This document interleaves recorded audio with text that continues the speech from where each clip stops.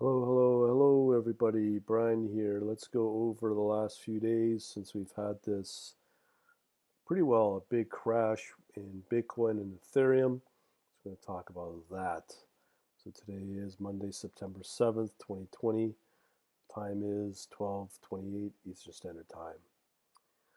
All right, so let's just take a quick snapshot of what's happened to Bitcoin here on Binance. You can see here on the 20, let's see if I can get this lined up properly. Well, yeah, so it looks like September 7th, we had a crash coming down from approximately about 12,000, 11,867, all the way down to just over 10,000 for Bitcoin. So Bitcoin has had quite a steep drop on that day, and it's gone flat. It's gone flat here. So what do we do about that, and what's been going on with the bot? So also Ethereum, even though DeFi is still somewhat hot, you see here the price has come 478. That was August 26th, and it started to go into a decline from 479 down to 350. So that's a big drop as well for Ethereum for different purposes, but they're all interlinked anyways. So let's go on over to a report here and see how it's been going. So we've done okay for the week up until Friday, the Labor 9th, September the 4th. I put out a comparison between Sunday, Monday to Friday versus where the S&P 500. Overall, the bot has performed a positive 10% difference between that time period and S&P 500. So it's done really good. So lately here, since Saturday, September 5th, it's dipped here, and it's factoring in these crashes. You would think that the crashes or the negative returns would be a little steeper at being at negative 0.07, and then on the 6th, 0.001, and today 0.5%. So let's look at what's been going on. So a couple of metrics that I watch mostly is this one, the risk on, which is my weighted average. So when you factor in right now, the markets are probably, they were up quite a bit. Let me just refresh this to get the latest. But you'll see the extreme volatility that's going on in the market. So everything's up right now with Ethereum leading the way at 1.88% weighted average, being at 1.5, which is quite high. Bitcoin Cash up 0.78, Bitcoin up 0.71, Litecoin at 0.83, Ethereum Classic up 0.35. So the weighted average, as I said, is fairly strong right now. But if you look at overall the risk on, so this gets measured every 5-10 minutes. And you can see here we've gone positive since 11:25 for the last hour, and we're coming from a really down extreme of 105, and then it's hovering at 0.61, negative 0.61, 0.7, and look at this, and you go from let's say again 909 September 7th at 5:19 in the morning. Okay, we're down at 0.67, hovers between let's say 0 to negative 0.5%. Okay, so that's taking you up to 730. This is just today, and then it goes extreme down to negative 1.25, comes back, and then it goes down again beyond 1% at 837 and 937. Okay, and out of that time frame, it's gone as low as negative 1.8. Then all of a sudden, it comes back a half hour later, and it's at 1.45, and then it goes back to negative again at 0.77, down to negative 105, and that's between the hours of 10:49 and 11:06. So 11:06 a.m. it's at negative 0.9, and then it comes back within like 20 minutes. It comes back to hitting at 1.71 to 2.67, and then it starts to dip back again. And these are the extreme volatile swings we have. Or in this case, earlier on the 7th today, it it basically oscillates between, let's say, well, let's see how far back we can go here. Okay, so let's say we go back to um, 9:06, September 6th at 19:23, 7:23 p.m. And it's down a 1/4%, and then it hovers to some positive around 7:34, and then it stays positive for about an hour, hour and a half. Then it goes negative again at 21:25, goes down negative extreme at 22:55, 23:01. It's negative, and it goes positive. So you can see this oscillation is very extreme, and that's just for today. Okay, so we've got periods of where let's see how we have looked at for the 6th. The 6th is looking very extreme, but you do get pockets of this extreme positive move between, let's say, September 6th, 12:23 p.m.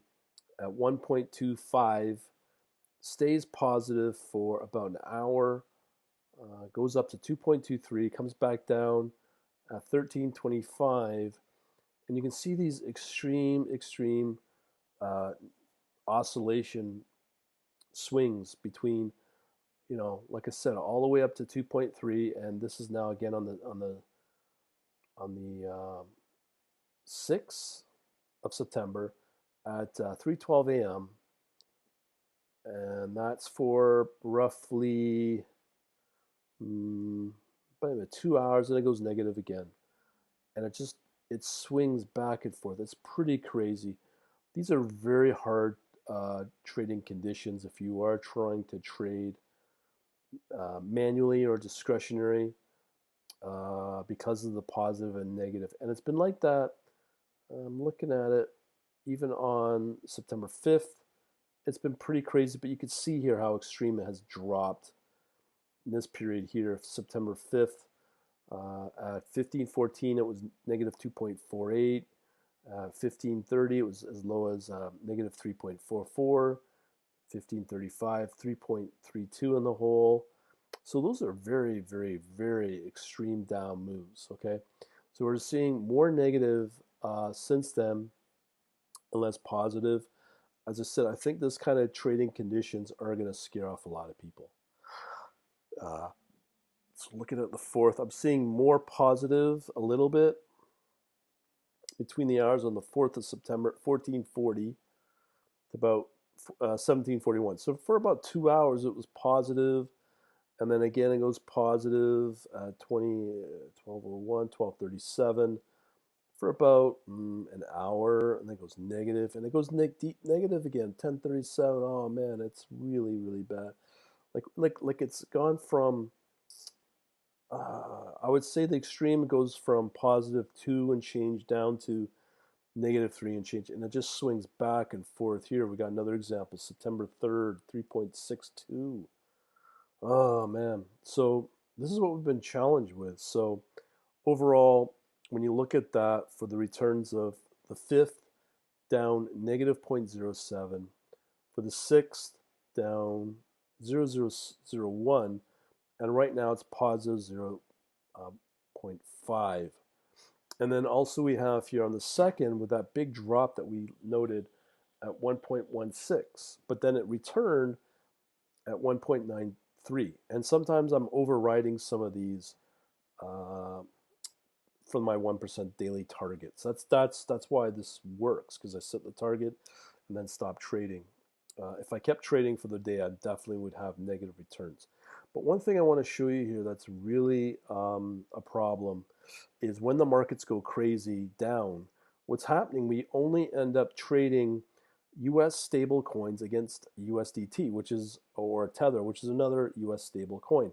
So essentially these trades become kind of useless, and that's all we're trading. Sometimes it will return 0. Most of the time it will return a negative at 0.01. Here's another, and sometimes it may just rarely give you a positive, like 1.01 or 1 cent.